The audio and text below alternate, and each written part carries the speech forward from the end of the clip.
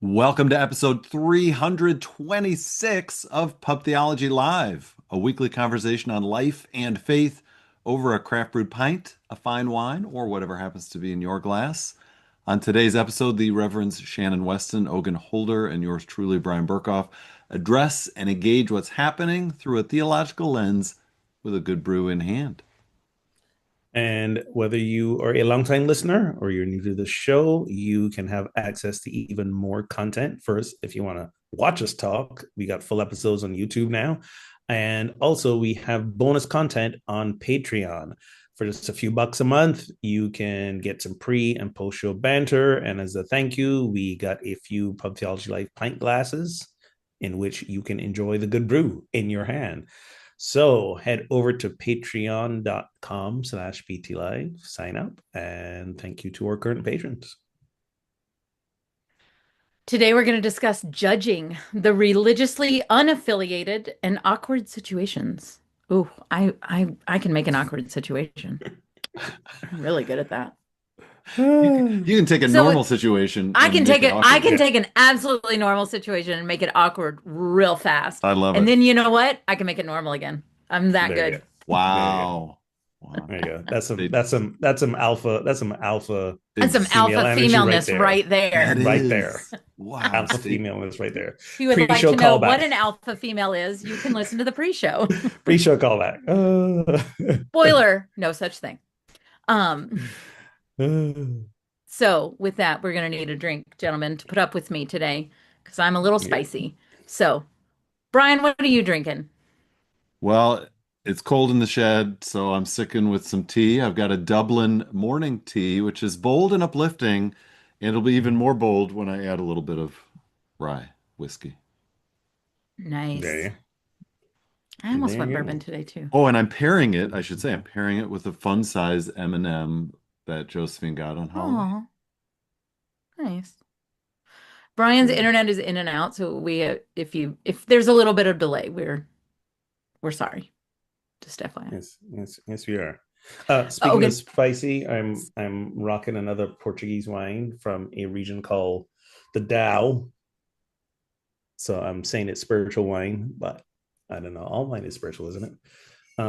The region in Portugal that is most well known is called the Douro region, and there's like a crap ton of Douro wines. But the Dow region, I may not be pronouncing that correctly because I don't know anyone who doesn't who wasn't born and raised in Portugal and can pronounce Portuguese properly. So this region is north of that. They say it's like a Burgundy wine. It is actually nice and smooth and mellow. And um, I never thought I'd be the person that bought supermarket brand wine because that just sounds nasty. But here in Portugal, not the case. I mean, there are Not different the case. supermarkets. Yes. So the Pingo Doce is the one of the supermarket chains here, and they have their own line of wines. And this one is called this is the Dow Special Reserve 2021. I don't know how special it is. And there's a squirrel. There's a squirrel on the label. Squirrel. Squirrel. Can you see the Oh, squirrel? I can. Yep. Squirrel Super on the cute. label. Sorry, I got the blurred thing on. All right. What do you got, Um, Shannon? I am drinking a Sam Adams cherry wheat because Oh, Oh my it's god, I missed delicious. that. I I don't know. love the Sam cherry wheat. The cherry wheat is just super good. It's just super good. I don't like a sour cherry beer, but I love it. I love this. So, cheers, gentlemen. Saude. cheers. What say? I think Brian's frozen. I think Brian's also frozen. There. Oh, He's back. Is he? is he No, back? he's I here. think He's he's gone. back. Right. Now he's just on mute. Nope. I'm Would you like here. me to lead questions, How Brian? about Thumbs up. unmute yourself so we can hear you? Yeah. We could hear you if you First, unmute. I'm first order unmuted. There of you go. business. I don't think the Nope. internet is the Still, issue. still The muted. mute button is the issue. I No, don't think I'm he un can hear us. I've I'm been thinking he unmuted can't this hear whole us. time. Okay. I'm gonna read the first question. How about Let's that? dive in. Let's dive in. Okay. Why not? We'll do it without him today. What is the weirdest or cleverest phishing text you've received? So I'm usually good at spot. I can't, but he's back. He's All right. back. Okay, great. The one that got me was it started as your mom asked me to send this to you. And legit, this is a And like thing that's very real for you. that is this is a thing my mom does ever so often. She will have somebody text me or WhatsApp me something because either A, she can't be bothered, or they have the information and she doesn't know how to get it from them and forward it to me. So it's not unusual for this random number to pop up. And with now, I didn't how I knew it ended up was a phishing call because I'm reading the thing and it's about three sentences and I go like, wait, what's the area code? And it was not a Barbados area code. So Yeah. that's what tipped me off. Yeah. Yeah. But I just read the your mom said this and I was like, oh, what now? And I would have jumped in. It's the whole thing.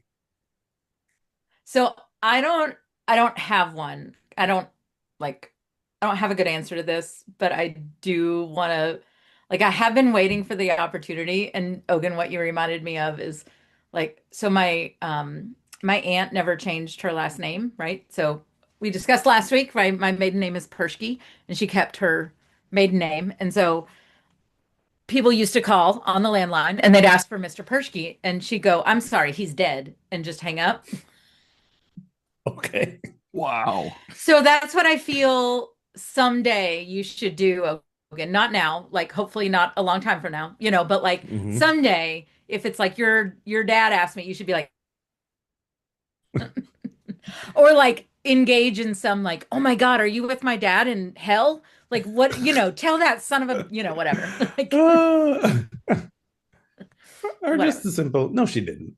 No, Right, no, exactly. no, she didn't. I don't know. But I do love when people interact. I do love it. Oh my goodness. So Brian, did you get one? Is that what you're asking? I was like, are you reading one right now? Is that what's Well, happening? I did get one recently, but it's not very funny. But I got one. Can you hear me okay? Yep. Hmm. I got one previously where the person, says like, "Oh, you forgot to do blah blah blah." And I'm like, "Okay, I don't even have you in my thing," but I kind of play along. I'm like, "Oh yeah, sorry, I forgot to do that thing." And then they bring up this person that I don't know and I'm just like playing along and I'm like, "Oh yeah, they're the worst." And she's like, "Yeah, she really is the worst." And I think at some point it was clear that I wasn't who she thought I was. But then we're like that I'm clearly someone they don't know. And I'm like, are you doing this on purpose or is this on accident? But then we're both like complaining about this third person. And I'm like, I'm piling on. And she's like, oh, yeah, she's the worst. I'm like, I know she always does that. And I'm like, I don't know who either of you are. But it was just fun because it kind of kept going. And I'm just like, when is this gonna, I don't know. And then you just drop it and then it ends.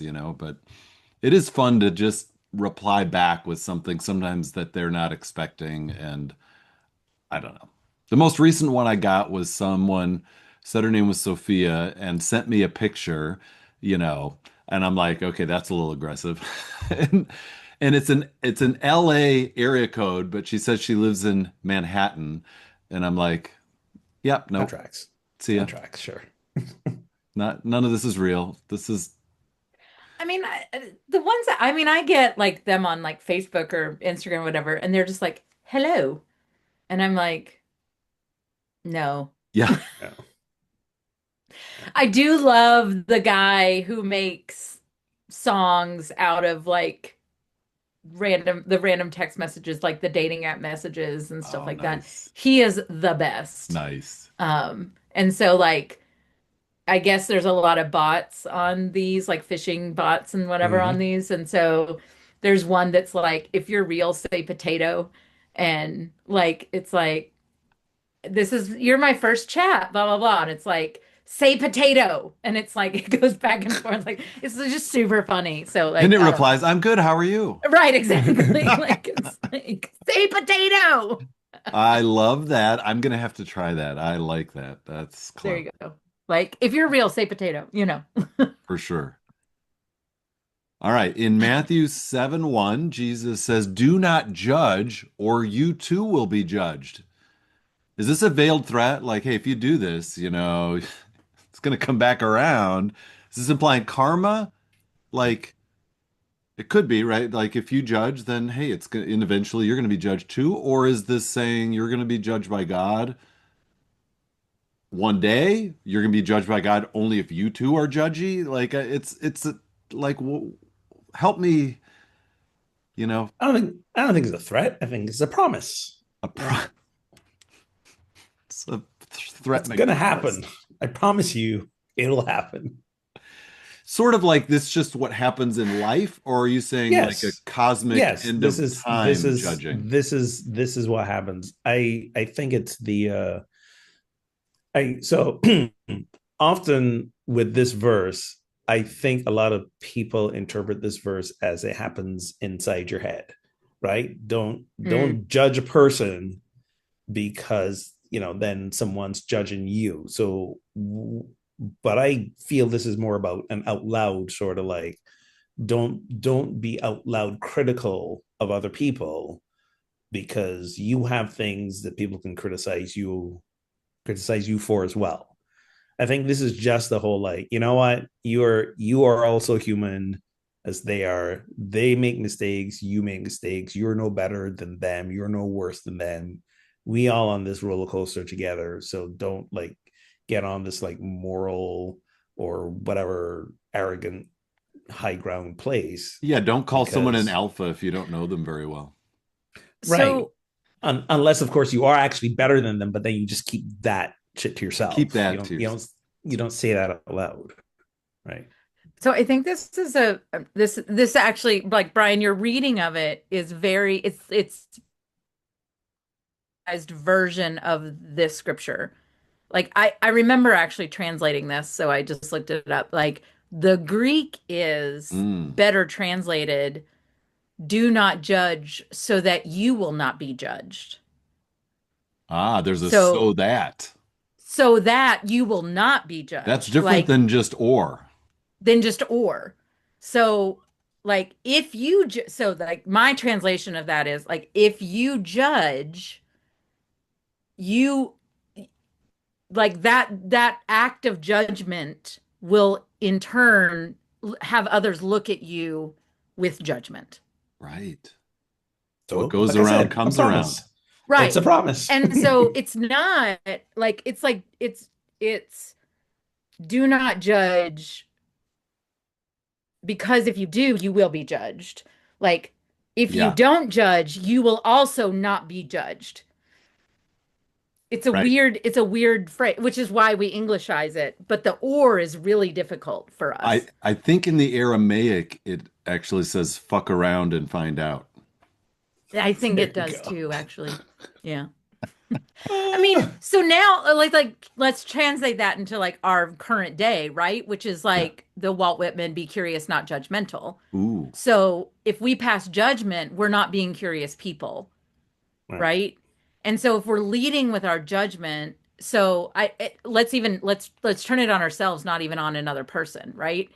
I'm relearning I'm unlearning to say I am an anxious person, right? Or I have anxiety. I'm unlearning that language. mm, That's a judgment on myself versus the practice of going like I'm experiencing anxiety in this moment. right. That's a curiosity. Or it's kind of a neutral. Like I am feeling anxious. The Then I can get curiosity. curious. Yeah. The What is that curiosity is, about? yeah. Why am I And feeling anxious right now? or simply an observation.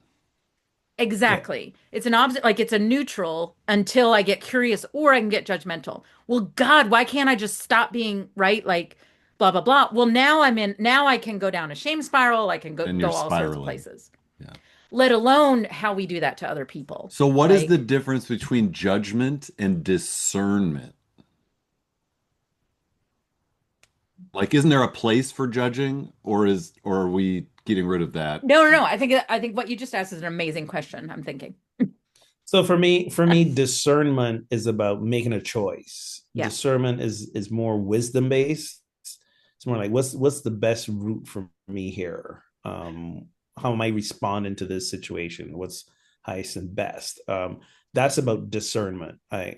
Um, whereas judgment, so we have judgment as in sort of like, I think, the negative connotation of being critical Right. of Mhm. someone or something. But then there's also broader sense of judgment of making a decision about, Right. right? So like there's a court case, there's a trial, and a judgment is issued, a decision is made about how are you going to respond to this thing. So if you're Or using you're judgment, buying a car and you're judging, is this a good deal? right. So I think from that perspective, judging and discernment can be synonymous. So it depends on when you say judgment, which judgment are you talking about It's almost, in yeah, it's the almost in the like given there's moment? multiple definitions because we'll also Yeah. use the phrase use your best judgment, and we don't mean that Mhm. negatively at Yes. all. Right. And so when we talk about judgment as discernment in that way, to me, you're using different variables than when you're using critical, like I'm being a Yeah, judgment in criticism, right. Mm-hmm. right? So I'm using variables in discernment that are what are my past experience? So say I'm talking about a different another person, right? What are my past experiences about this person? What is the context right now? And how does this affect my relationship with them moving forward, right? So Right. all of that is being taken into consideration. The other, I do believe, is not as much based on that data, right? And so it's maybe more split second and maybe more like this is where we get into like superiority or entitlement or thing, right? Like I mean, I just did a whole thing where I joked about being a better person. Like nobody actually believes that I think that I'm better than another person. But like that's a judgment that can be made in a moment where you're I like, mean, some people. I well, think I we're mean, we're all better but than some people. again, but there's variable, right? Like even when I say that, right? Like because every lie has a little bit of truth, right? Whatever. Like like there are variables where I've got receipts to back this up. Like I feel this way for a reason. Exactly. Um Yeah. and but I think and again we talk about this all the time. Like it's when the conviction of that and the inability to um leave the door open for different behavior or leave the door open for something new to happen or any Or of those things curiosity. or curiosity, right? Then we've Yeah. shut the door on that and said you're bad where you're gone. I mean, right? So like when we're about to stone a woman, right? Like because she committed adultery, because her sin was greater than our sins were, like let's not be the judge of her condition, her whatever. Let's not be the judge of this one action without taking all the others into Right. account. Where are we judging from? What is the lens we're Right. judging through? What are we what's evidence? How are we categorizing the evidence? And I think like the curiosity can be about the other. It could also be about yourself. Like, why do I feel the need to put this person down right now? Like, Right. what is it about me Mm, that they are affecting in this way or yeah. whatever? Like the curiosity doesn't But have to always be about the other. it doesn't. And on the flip side, you can also be judgmental on in all aspects of the word, on people who are causing harm, on people who are dehumanizing others. Like, yeah, but I don't need to discern if they're good or bad. I'll judge that they're horrible people, Right. and I'm better than them. Well, and I actually think it's helpful but I think it's helpful to kind of sit there and say, okay, this personality rubs me the wrong way, or that Right. action or that comment, that is a phrase I don't care for. Yeah. And so, how do I actually put that aside while I do this discernment part, right? Hmm. Right. So Hmm. Like, we're recording this on, what is it? Election day. It's yep, Tuesday, November 4th. So a lot of places in the US have elections today. And if the results tomorrow come out and, again, Republicans are winning most of the races, I will have a lot of judgments around yep, all of that, because I'm like, okay, you've seen the extremity of the horror that can be inflicted upon us, and you're saying, give me some more of that. You're saying I'll have another. I'll have I'll have yeah. another. At first you were saying like, oh, it's not going to be that bad, and you saw how bad it is, and go like, yeah, I'm going to vote for it anyways. I got some judgments Right. that you are not discerning Right. appropriately. Mm-hmm. For sure. For sure. Yeah. I I think that this is, and again, like part of our one, it's human nature to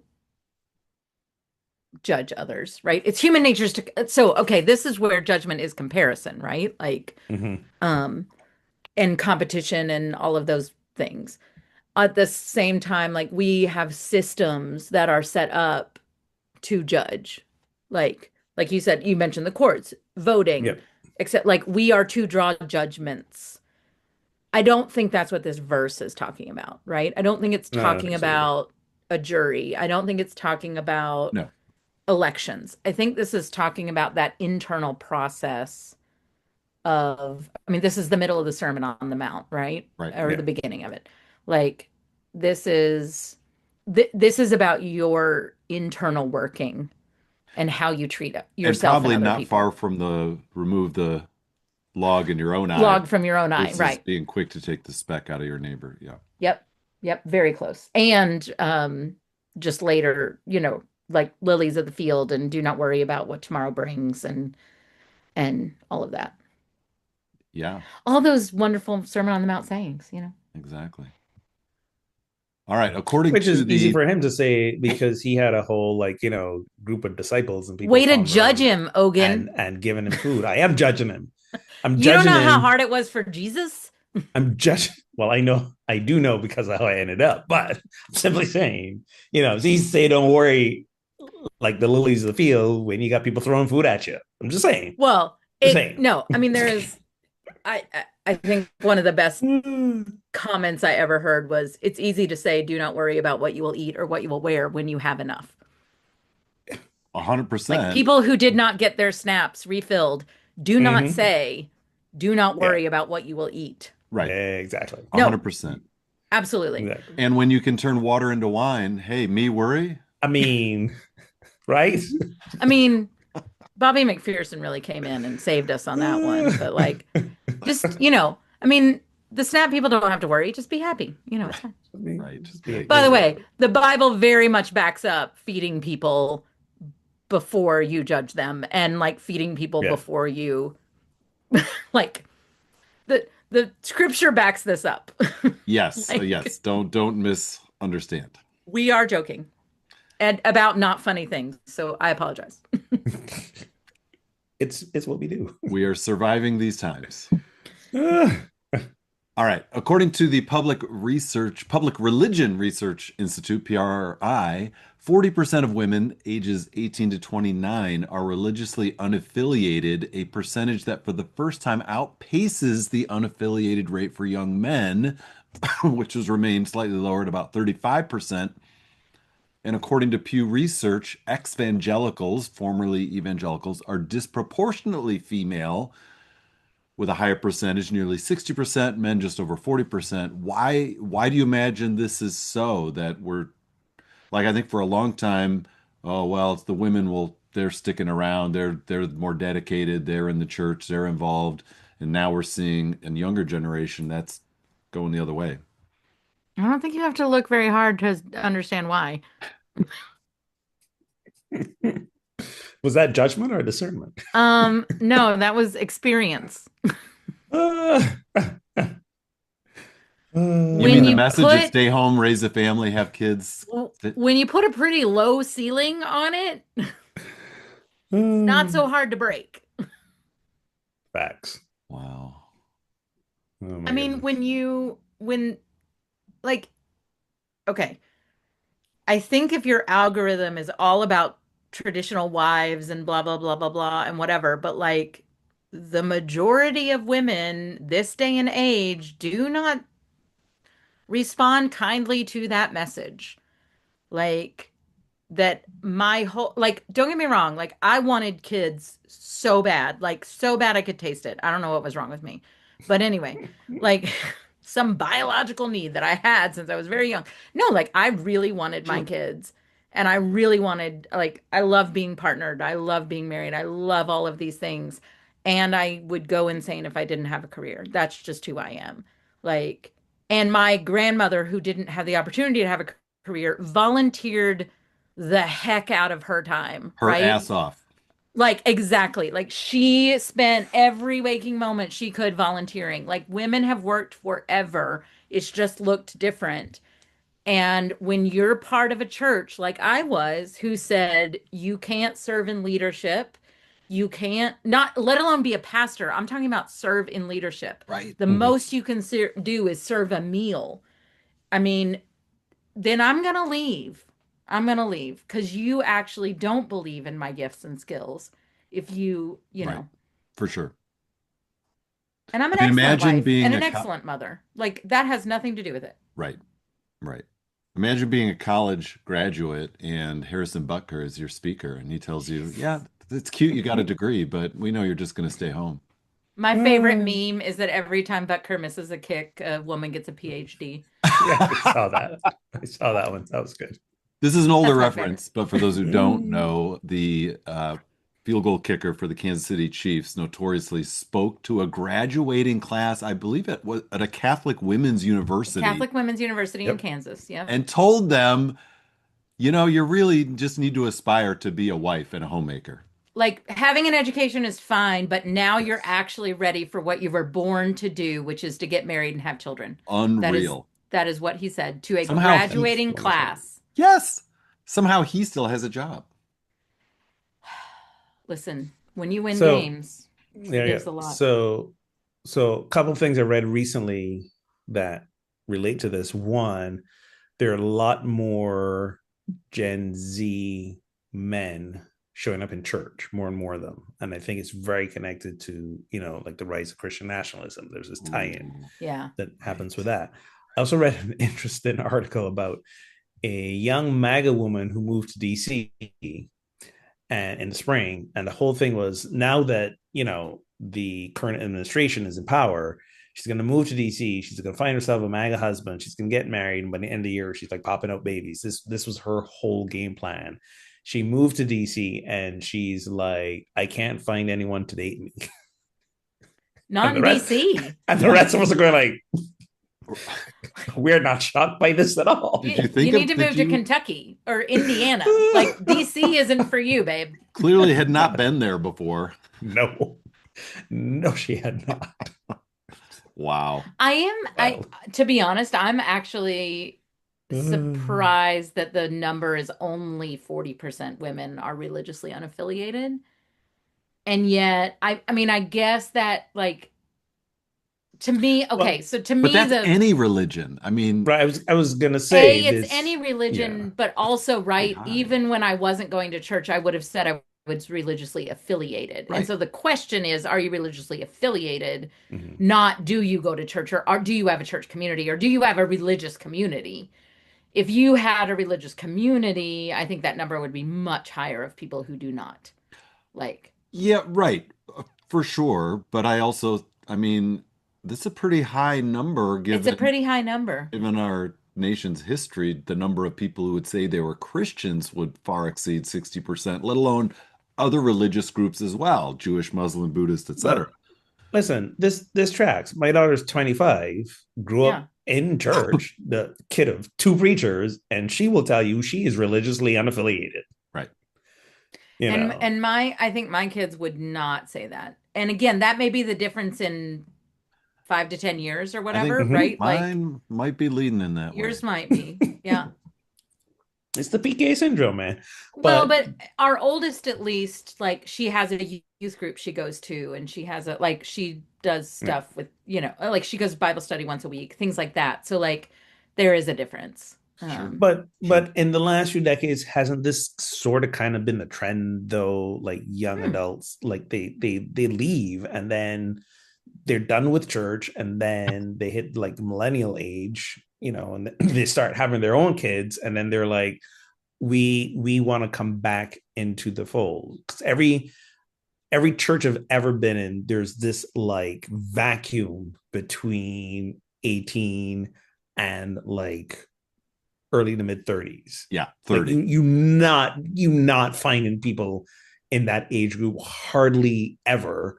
And then like mid 30s and the 40s, you see them trickling in, and some of them are having kids, but also there are those who, because they may have grown up in church, and when they had the opportunity and free will to go like, I'm sort of done with this, they get done with it.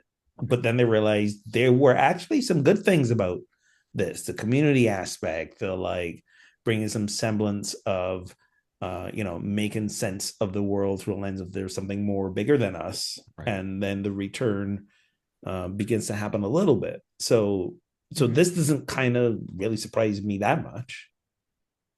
Yeah. No, it really doesn't surprise me. And again,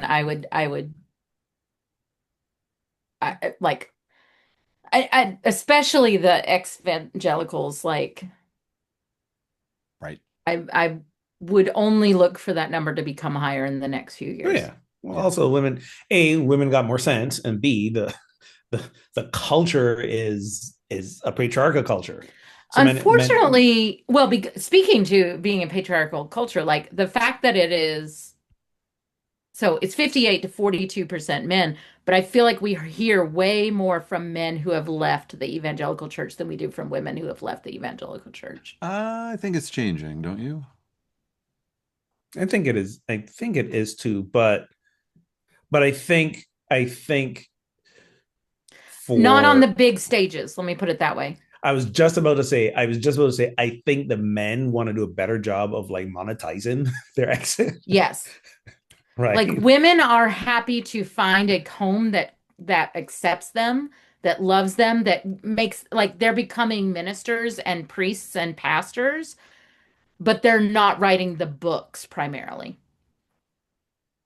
They're not Josh Scott. So They're so not so Yeah. Tony is it that Campolo. so is it that they're not writing the books, or their books aren't getting Their published books because aren't it's getting the attention. okay, and getting the They're, attention I because mean, yeah. it's so just as the evangelical world is very patriarchal, the ex-evangelical world is also kind of patriarchal as well, and men still end up in many circles being the de facto voice of authority. I But think I think a lot of that gets translated over because they my experience of the folks I've met is there's a lot of deconstructing of the theology, but not a lot of deconstruction of the cultural crap that results from the theology. So gender roles and disparities and authority, who's an so authority and who has a right to speak and all that. I think a lot of that yeah. sometimes takes longer as well because And we generally in a patriarchal society that supports that. I'm not, I mean, so there's the like books that are written and speakers that are hired.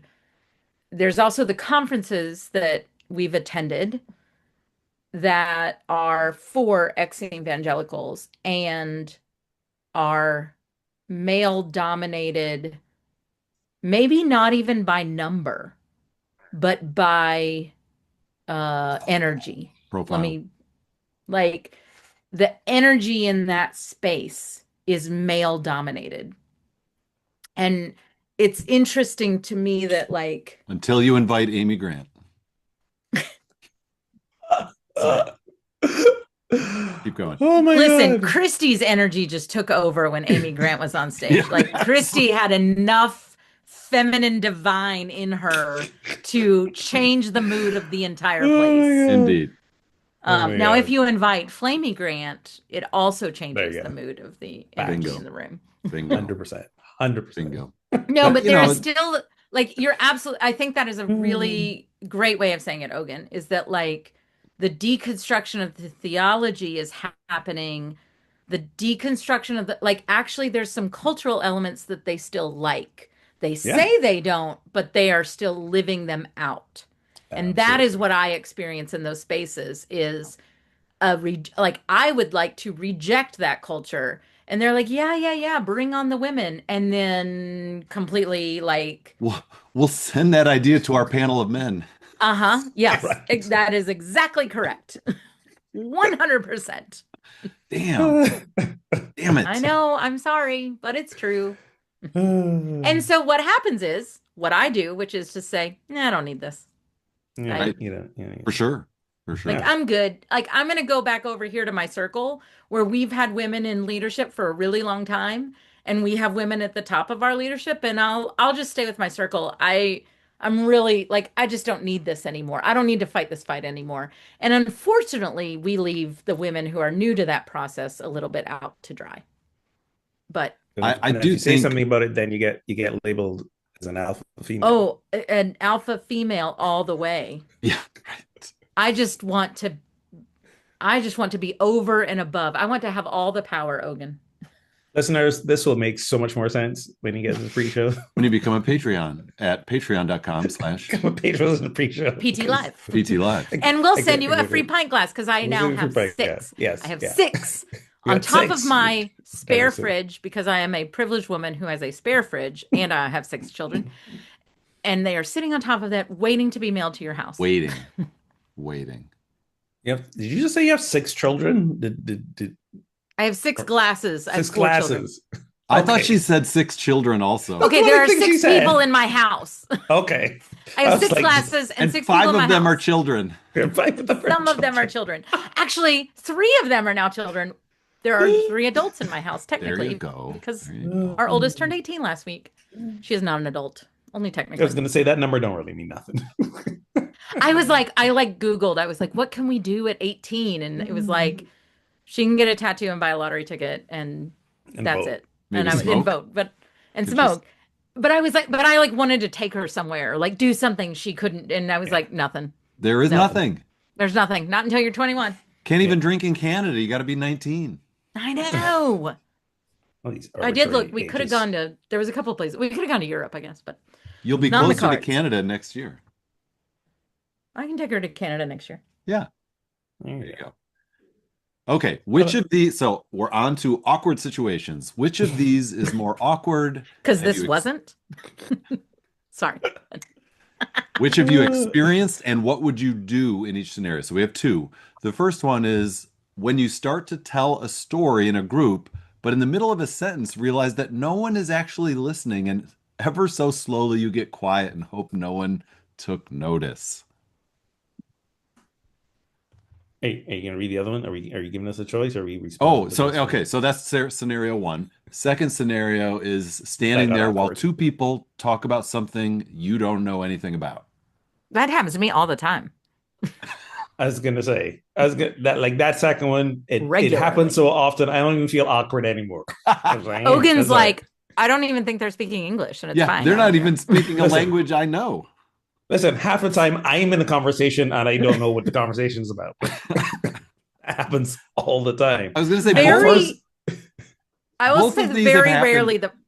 on Go this ahead. podcast. Exactly. I think it's happening now. What? I said both of Exactly. these have happened I on know. this I'm podcast. kidding. I'm kidding. Oh my gosh. Just throwing the jokes. He missed. See, Oh he my doesn't know gosh. either. Well, It's there's also happening. my slow internet, so I'm like not sure if you're hearing me. Blah, sorry. Yeah, let's blame the internet. Yes. If I'm telling a story and I realize no one's listening, I don't get quiet. I'm like, hey, fuckers, listen up. This is 'Cause you're gonna an be alpha. good. I'm not bailing. I'm halfway in the story. Y'all be rude. You're gonna land that plane no matter what. Pay attention. I'm judging y'all right now for not listening. I mean, listen, okay, these days that happens to me with my kids, but really nobody else. And in all fairness, it probably happens that I'm not listening more often than they're not listening. That they're in the middle of a story and I'm not listening. And they're like, okay, never mind. And I'm like, what? My daughter has a term where she'll be like, Dad, you're monologuing again. So wrap it up. Like, is there a point here?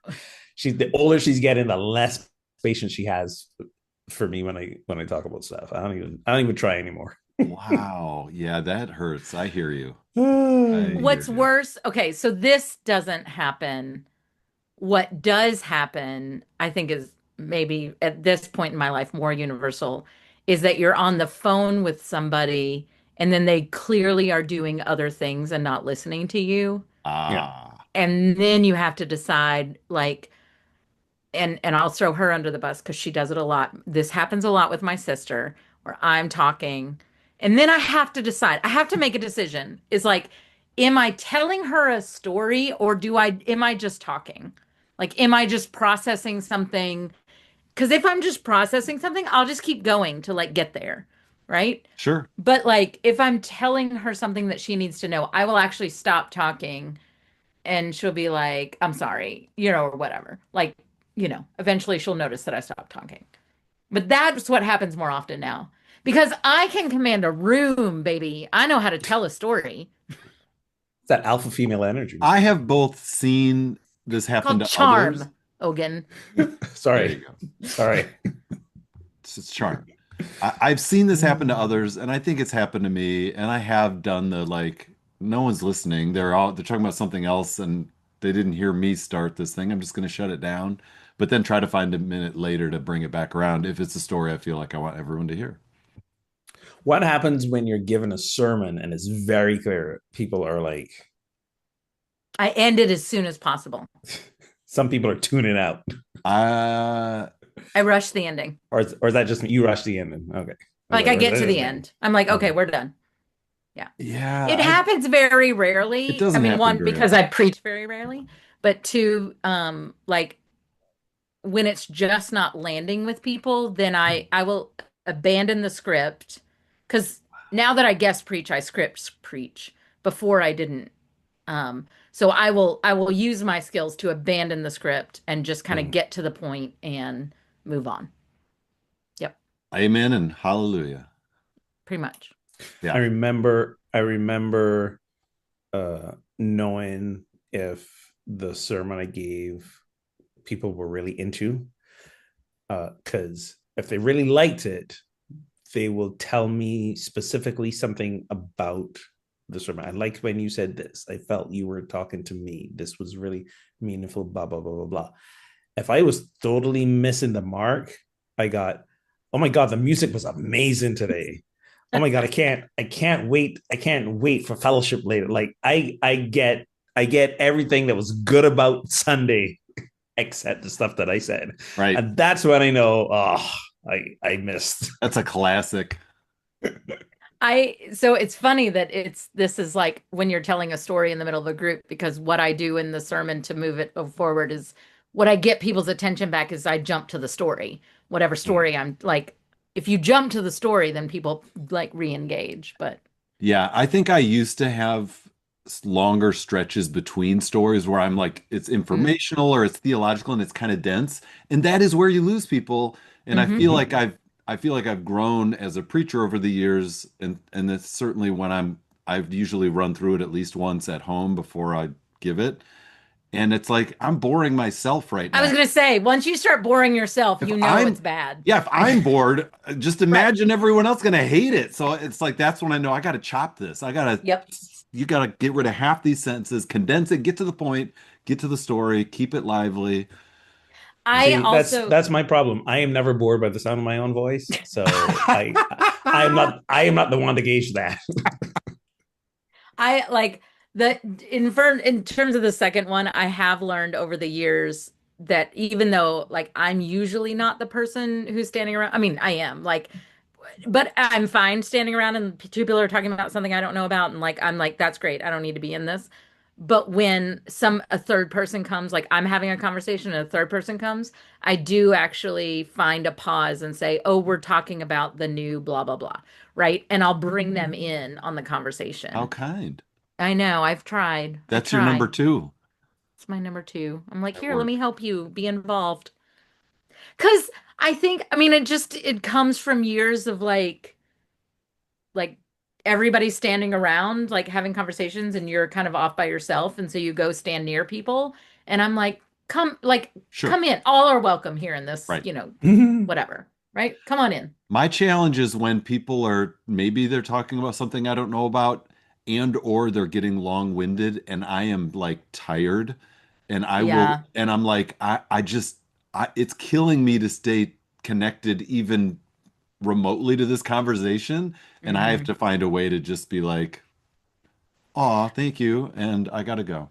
These would have been completely different if I was still in the church, right? Like this is a like that first one. I mean, that first one, not so much me telling a story, but someone telling a story to me, and I've lost all interest. Like, Yes. Yes. I'm so sorry, but like, I just don't care. Yes. Oh man. I Ouch. love you, and I don't care. Wow. That might be the episode title. Nice. I love you and I don't care. Just and I I don't care. admit that I may or may not have said that to my kids once or twice. I love you, and I just don't care. Oh, wow. All right. The philosopher Rene Descartes said, "We do not describe the world we see the world we can describe." What do you think he's getting at there? And do you think that's accurate? I think he's saying we're not objective. There's no part Right. of us that is objective, right? We always see things through the lens of our trauma and our healing, through the lens of our beliefs, through the lens of our judgments. We alluded to earlier. We don't actually see and I would say describe and make meaning of what is right in front of us. I mean, like it's the classic tale of seven people seeing a thing happen, and you get seven different descriptions. Yeah. Yeah, I agree with that. The find I part in the part I find interesting is the second part, right? We see the world we can describe. Like we're not seeing everything. Like we the lens that we're receiving is just like there's parts of reality we're missing because of the subjectiveness of our experience of the world. Like that's just But we and the we can describe part for me leans into the like knowledge base, experience base. So a person, for example, who may have never finished high school or just high school graduate, they versus someone who's got like three PhDs and a wealth of life experience. right. They have more to fall back on in terms of what they can describe about what happened, right? Right. There's not the there's a very clumsy way of describing it, of trying to make my point, but then when you listen to both of them, one's gonna have a very like almost more basic description versus more nuance and more depth from the other person. So it's all based on what we know. We can only speak to what we see from what we know, Yeah, and and what if we you're believe. someone who's in a very spiritualized environment, like where literally everything has a theological, you know, like if something bad happens, well, Satan was doing this, Yeah. or that was a demon, or something good, oh, that was an angel, or that was God, creating Mhm. that parking space just for you. Like almost the whole world is seen through that lens of spiritualization. Yeah. Whereas someone else who doesn't have that may just describe it in a totally different way, but the same like same physical things are happening, but their way of describing it is totally different. Well, but I think this is why they say like, right, like travel is the greatest educator, or, Ooh, like if I can change my worldview, if my worldview stayed the small town in Kentucky or the small city in Kentucky I grew up in yeah, and never went anywhere else or never got an education beyond, like my worldview stays very small. Um, and so travel and experience and even education. I mean, and what I mean by that is not even formal education, but if you're a history buff, for instance, right? Then you begin to see the world through the Yeah. lens of previous experience mm, of empires and worlds and things like that. Like, oh, here we are, we're doing it again, or we've got to learn from this experience. So it comes in all kinds of forms. Even escaping fantasy worlds, like even reading novels and just getting out of your own self, I think is what yeah, is important here. I mean, we were and just and talking about yeah, people that like don't believe you because it doesn't track with what they believe about you. right. Like right. that's not okay. Like that we've got to expand here, you know.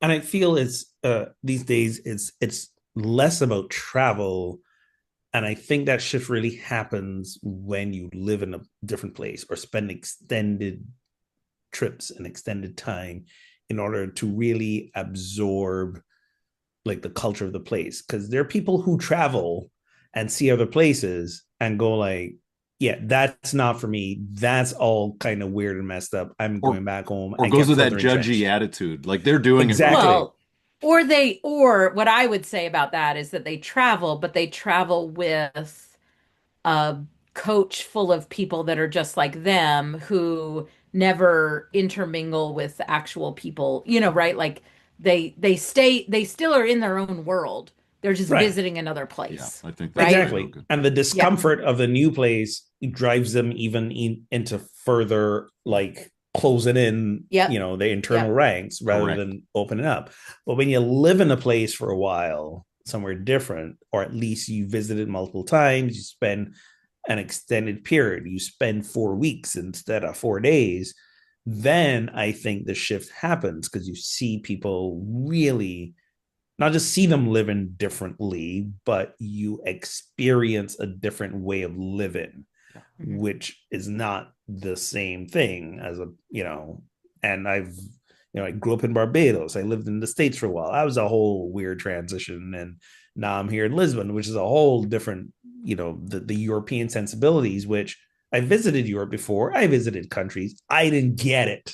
I didn't really get it till now I'm here on an extended basis repeatedly, and I'm like, oh, okay, yeah, whole different mindset and way of seeing things. And I haven't been here long enough to start seeing things that way, Right. but here long enough to understand that folks around me aren't gonna see things the way I see them from both the Caribbean and the American mindset Hmm. that has like become my double defaults. So yeah, so now I'm here where it's like, oh yeah, different attitudes, different. But then you can also see the effects of globalization, of social media, of basically American neocolonialism and stuff like that. And you also see again that and feel that anti-immigrant, pro-conservative sort of like sentiment on the rise. It's been on the rise here in Europe for a Right. while, and Right. sort of deal. And it's fascinating. The fear that drives that is I would like to think that after all this time of people having facts and statistics to prove how immigrants bolstered the society, that they'd be like, okay, no, we get it. And I think they did for a minute. I think they did for half a minute, a few, and then between wars and COVID and people moving around, they're like, okay, too much too soon, too much too soon. Right. And then they want Right. close ranks. I was like, Yeah. yeah, this I'm gonna go over well. Hmm. On I that I cheerful note, No, no, oh no. sorry, I mean, I think I there's like the only other thing I want to say about this quote, which is where I do disagree, is like it doesn't leave room for hopeful imagination of like a future hope of describing the world as the way it could be seen or the way Mm. it could be. So seeing the world with potential, if Yeah, you will. So that's what this quote kind of leaves out that I I like would that. say. I well, like I there's where we are and there's being able to admit where we are and then there's like being able to have the imagination to see forward at a different world. So I don't know. it's not stated here, but for me, it's implied. For me, it's like you think you're seeing what is, but you're not. You're seeing what you can see, what you're willing to see. So for me, to your point, I guess the next logical step is like, oh yes, what what's the next step in the scene, which is the imagination. So for me, the invitation is there, even if it's not stated. But I think that's just how people like us are wired, Yeah. I think it is as how people well. like us are wired and I'm also hearing very clearly um from some very particular people in my life who are s- starting to say things like it's not just that the most of my life is behind me, it's that like I've run out of time to see that future world. And this is the world I'm gonna be leaving. And Damn that's it. hard. And that's hard.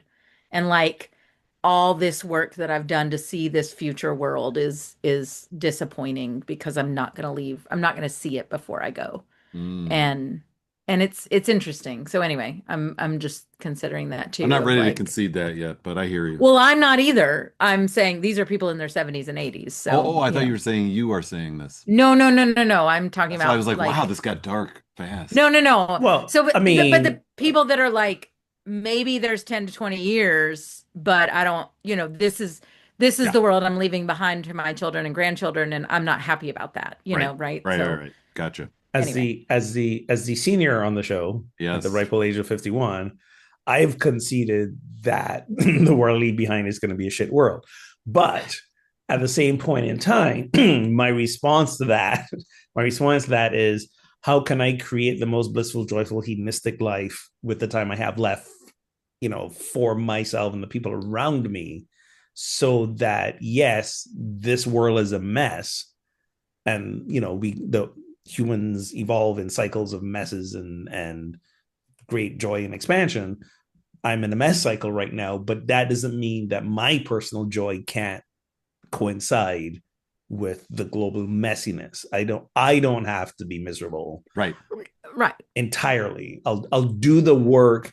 I'll do the work for the generations that will follow. I will, was that saying, plant the tree that I won't see the shade Eat the fruit of, of, yeah. eat the fruit of, rest Whatever. under the shade of, whatever that saying goes. But I'm gonna have the most awesome tree planting party you can ever imagine, and they will be dancing naked around the bonfire and all the things. I will part of my personal liberation will be finding joy in the midst of the world being on fire. And finding And some that's the best trees I could that do. already have some fruit. Could Right. be, That others maybe, planted. that others planted. I Exactly. mean, Well, I mean, listen, I'm enjoying that.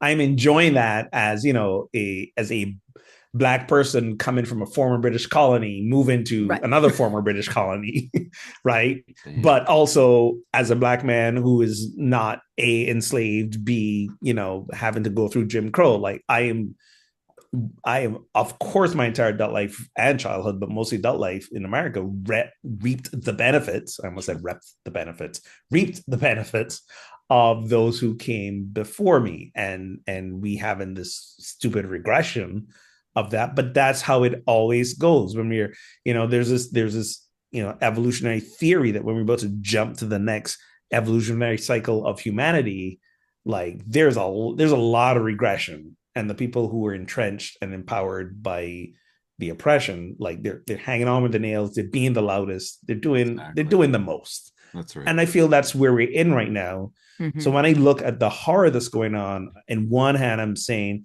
this is horrible, what can I do about this? But on the other hand I'm saying this is like the last gasps of the last stupid horror and oppression, and they know that their time is limited, Yeah. so they're doing their best to make the most noise and cling, but their history is already written. So what I hear you saying is life only gets better once we die. That's what I'm hearing. But yeah, that's sorry, y'all didn't get that before now. The world Also, only gets better once we die. So, Life is okay. highly overrated. also, please But invent that consciousness download Uh-huh. software Oh, I technology. don't know that you want my thoughts. All right, friends. Thank you for tuning into Pub Theology Live. You can show your love for the show by becoming a supporter on Patreon, get access to pre and post show banter and more. Visit patreon.com/PTLive to get started. And a big thank you to our current patrons. You can watch full episodes on YouTube, and our top cities tuning in this week are Boardman, Michigan, London, England, and Ashburn, Virginia. If London you is would, bringing it. Who's listening in London? I don't know. And listen, hey, London folks, I'll be in London tomorrow for about 4 hours. So, If you'd like to stop by Heathrow, let me you know. know, you know. If you'd like to start a pub theology gathering in your town, find support and resources at pubtheology.com. So until next time, friends, drink responsibly and keep those conversations flowing.